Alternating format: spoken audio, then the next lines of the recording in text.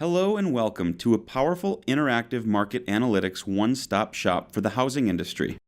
This tool has been created to empower real estate professionals to understand and explain their local market beyond the typical wide-angle view. Let's start with the basics. The Area tab is located in the upper left corner. This is where you can define up to 4 geographies at the same time, but let's start with just one. The tool initially displays the default area, but you can either scroll down through the available list of sub-areas. City, county, and zip codes are a few common options. Or you can type an area in the box provided. Variables are located below areas.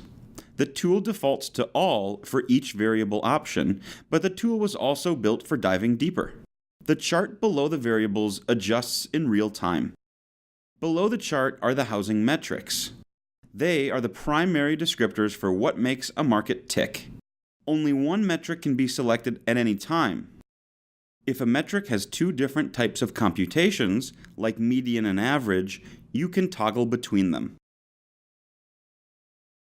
Now that we have chosen an area, some variables, and a metric, let's define our time frame and time calculation, which is either monthly or 12 months of activity rolled into each data point.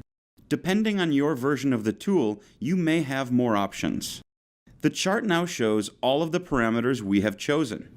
Right below the chart's x-axis, your chosen area and filters are displayed. Data labels are visible when you select a point on the chart. To the right of the chart, you can quickly see the most recent value and year-over-year change for the criteria selected. The chart can expand, which hides this area. For charts, the y-axis is based on the metric selected, and the x-axis is time of year. From the graph drop-down next to the timeline drop-down, chart data can be displayed in multiple formats. For bar charts only, the maximum allowable number of years for historical comparison is 3. Beyond that, you should use a line chart. To share a chart, select the Share icon. Step 1. Choose either live or static data. Data is refreshed once a day, and a new month's worth of data is released on or near the first of the month, depending on the rules governing your instance of the tool. The tool's user manual provides this information. Live data is updated automatically after each page refresh. Static data remains the same and stays unchanged from the day you export it. Step 2. Choose one of the sharing options. PDF is a printable document. Social media and email provides a URL from which you can email or share through many social media platforms. Embed provides a widget that can be integrated into a blog or a website. CSV provides the chart's raw data in a table.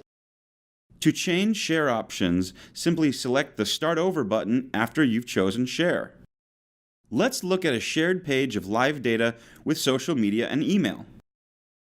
After you hit Share, a URL is displayed that can be viewed in a new window. Note how data values are displayed on the line chart. Values will change with time because this is live data. The information supplied in your profile is displayed at the top along with the provider of the service.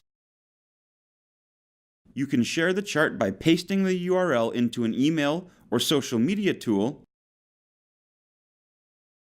or you can use the internal share options. From this chart, it is also possible to view and share a PDF,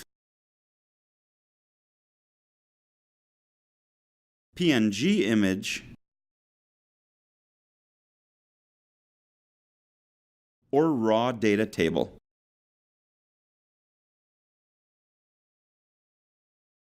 We've covered the basics, so let's add a second area tab, which will have its own color theme throughout the tool. Selecting more areas gets you more options. Let's select a construction type and a property type. Each vertical variable category can be combined or separated by using the split arrow breakout button next to each variable name. If we break these out, the chart will display each variable segment individually, and the quick facts next to the chart will automatically adjust. There are never more than 6 variables on a single chart. Graph lines on the chart can be hidden or displayed by selecting or deselecting items in the chart's legend or in the variable box above. Note how the chart automatically rescales.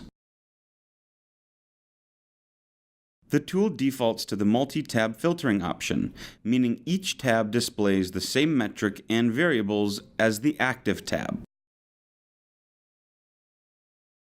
If you want to analyze each area using different variables, select the filter button in the upper right-hand corner of the tool to turn it off. Some variables have automatically calculated ranges. However, customization is an option. Select Custom next to Price Range and fill in the values to create your own custom ranges.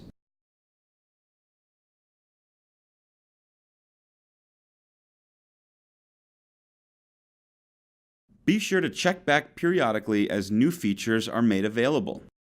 And remember to check the user manual and the FAQs if you get stuck on anything. That about covers it.